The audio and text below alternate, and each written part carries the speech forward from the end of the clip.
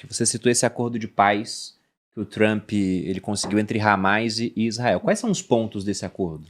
Ele propôs um acordo que tem 20 itens, Bruno. Basicamente é assim. O Hamas tem que devolver os reféns. E essa é a primeira fase. Quando o Hamas devolve os reféns, e isso foi assinado ontem. Quantos reféns eles têm ainda? Eles têm 20 vivos e corpos de 28.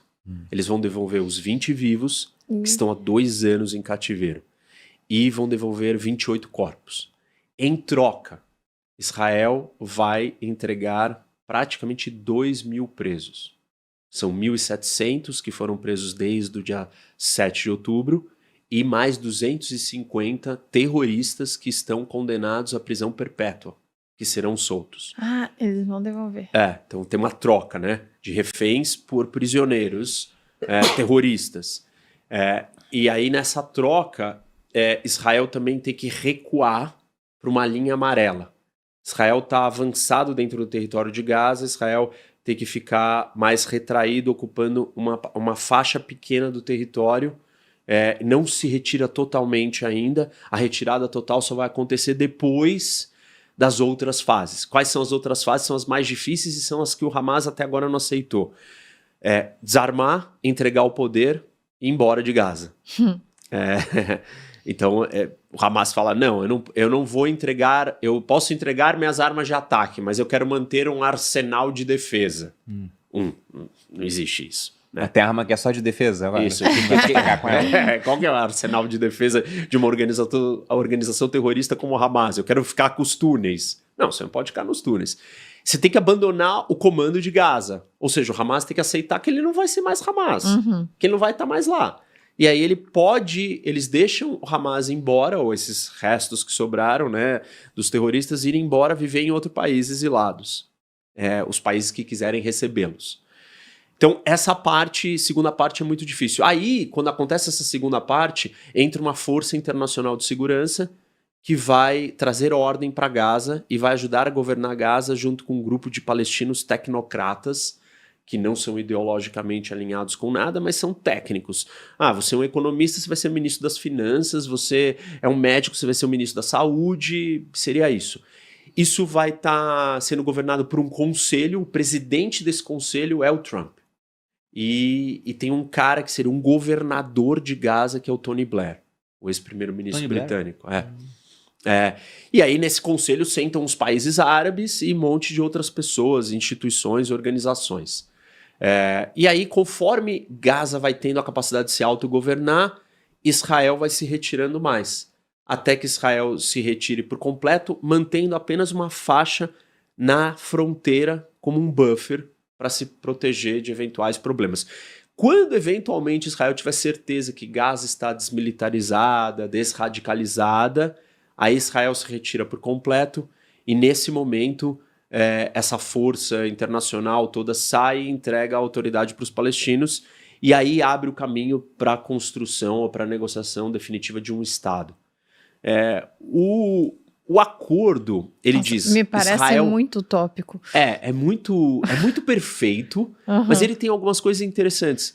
Ele força os países árabes a falarem, aceitarem coisas que nunca foram aceitas totalmente.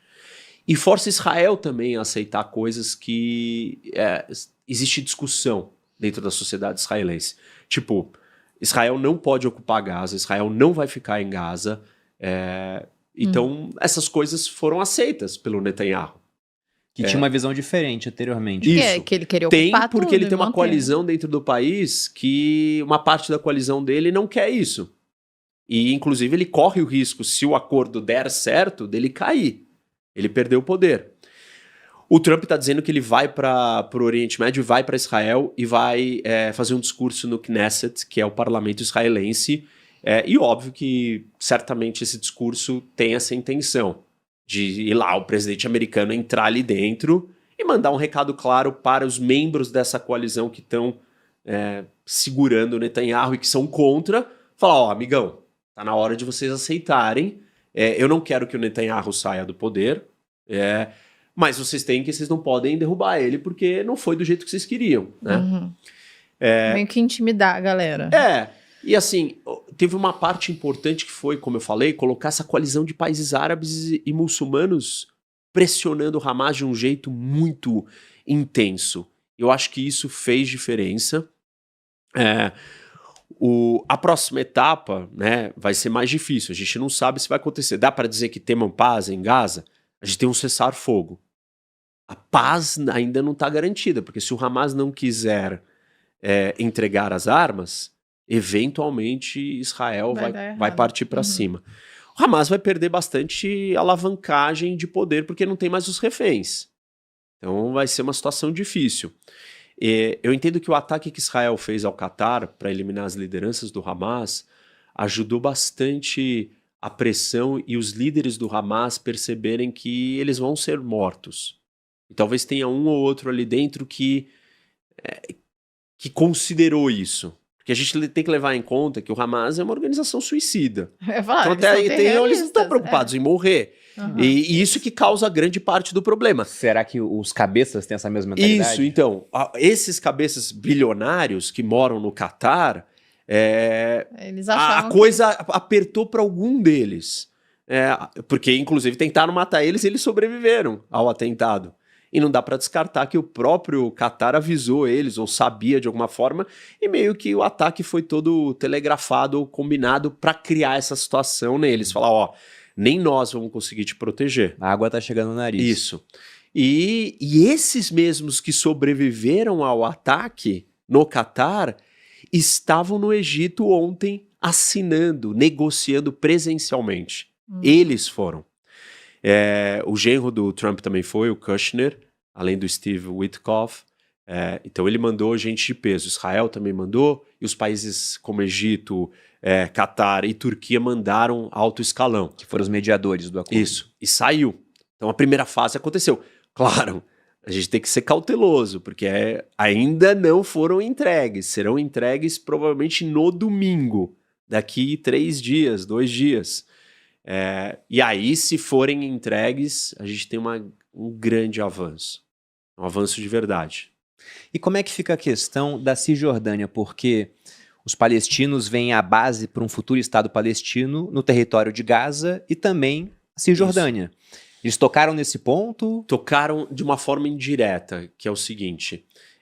Em última instância, quem vai governar Gaza é uma nova autoridade palestina. Então, nos 20 pontos...